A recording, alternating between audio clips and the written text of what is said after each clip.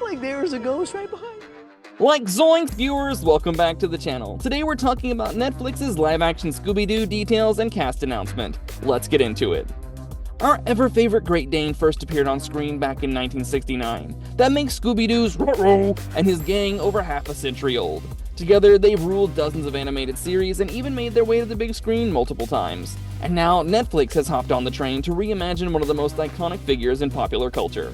But what makes Netflix's live-action Scooby-Doo so exciting? I mean, it's not the first time we're seeing these characters outside the animation world. Well, the hype around the show comes down to two main reasons. First, despite all these years of growing up with Scooby-Doo, our memories still get a little fuzzy when it comes to how this mystery-solving team, and this cowardly dog, who might even sell his soul for treats, actually came together. Netflix is taking us right back to the beginning, exploring the origin story we've never fully seen on screen. Second, the casting has us all buzzing with curiosity and excitement. So without any further delay, let me tell you all about the faces that are set to perfectly match their animated counterparts.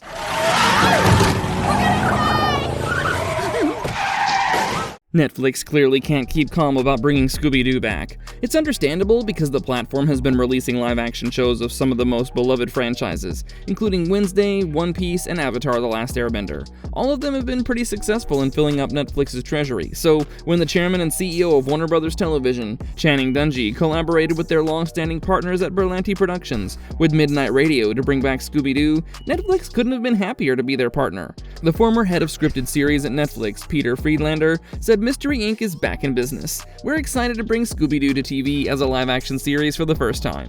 The franchise has had an impact on pop culture that's undeniable. It's rich with universal themes of friendship that generations of fans have long embraced. Together with creative powerhouse Berlanti Productions and Midnight Radio, we're committed to delighting longtime fans and opening up a world of groovy adventures for a new era of meddling kids. That being said, this live action would be targeted more towards a new generation of viewers, with a Riverdale meets Stranger Things kind of vibe to the show.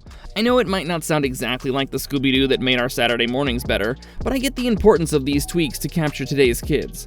However, it's reassuring to know that the series is in experienced hands.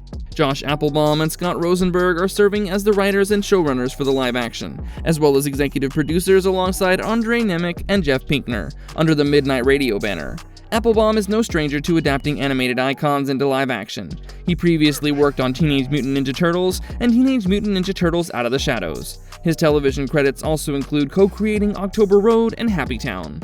Rosenberg, too, has an impressive list of television and film credits. He's produced series like Cowboy Bebop, Nightfall, and Citadel. As a writer, his major hits include Con Air, Gone in 60 Seconds, and Jumanji: The Next Level.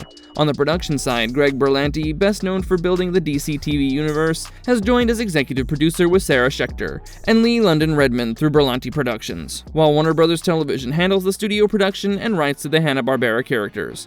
According to the official logline of the 8-episode series, Season 1 will be set during their final summer at Camp Ruby Spears, where old friends Shaggy and Daphne get embroiled in a haunting mystery surrounding a lonely lost Great Dane puppy that may have been a witness to a supernatural murder. As the case deepens, they'll be teaming up with Velma, a sharp and scientific-minded local, and Freddy, a newcomer. Together, the group will unravel a dark conspiracy, which will mark the very beginning of their legendary partnership. The series will be filmed in Atlanta, Georgia, and the surrounding regions. I guess it's time to introduce you to our new Fab Four, and our first entry is none other than McKenna Grace, as Daphne Blake. I know, it's young Theo from The Haunting of the Hill House, and even though it feels like just yesterday, Grace has already racked up an impressive number of credits in her relatively short career.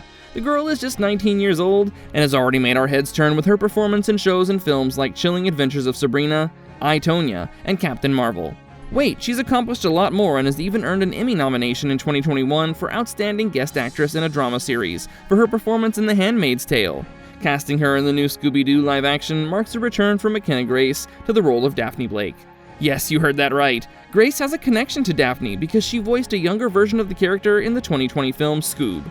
She was also set to reprise the role in the prequel Scoob Holiday Haunt, but it was ultimately shelved by Warner Brothers Discovery as part of their cost-cutting measures. Next up, we have Scooby's bestie, Shaggy Rogers, and though my two brain cells still believe that Matthew Lillard is not too old to still be Shaggy, it looks like Netflix has already found their Shaggy. The American actor, singer, and dancer Tanner Hagen, known for his roles in shows like The Pit, is already ready to step into the shoes, while Abby Ryder Forston would be playing the nerdy Velma Dinkley. I've always had a soft spot for Velma, you know, because my track record with glasses isn't exactly great either. Like Tanner, Abby too has appeared in The Pit and played the recurring role of Ella Novak in the Amazon Prime series Transparent. And last but not least, for our mysterious yet charming Fred Jones, we have Maxwell Jenkins. See, Jenkins has been pretty much clowning around his whole life, quite literally. Since childhood, he's been performing in the circus business because his father was a former Ringling clown. He has also appeared in his parents' non-profit show Midnight Circus in the parks. On screen, he's best known for roles in Lost in Space, Chicago Med, and Reacher. Now, here's a surprise entry. Paul Walter Hauser. The exact details about his role is being kept under wraps, but there's already a fun feeling among fans that Paul Walter Hauser was basically made for the Scooby Doo world. Fans are saying that he's the most Scooby Doo actor that hasn't been in a Scooby Doo thing yet, which makes perfect sense, given how he often plays curious and slightly awkward characters. From his Emmy-winning performance in Blackbird to his turn as Horace in Cruella, Hauser has shown he can balance humor and heart very well. Now there's a theory floating around, and I'm inclined to believe it, since this theories is leaning towards more character-driven storytelling, so here it goes. Hauser could be playing Scooby's original owner. If that turns out to indeed be true, it would make him an emotional anchor in the series. Most importantly, might give us a fresh look at how Scooby ended up with the gang. Oh lord, this show is starting to look really promising, but we'll have to wait a little longer, as Netflix hasn't announced an official title or release date yet. Still, it looks like the ghost-chasing gang could be hitting our screens in 2027. Alright guys, that's all for today. I agree the show's fate will depend on delivering the right amount of camp, but honestly, I'm hopeful because the cast is fresh and they're incredibly talented. And I'll be watching. Anyway, do let us know your thoughts in the comments below, and if you like this video, share it with fellow Scooby Doo fans. I'll see you in the next one. Bye!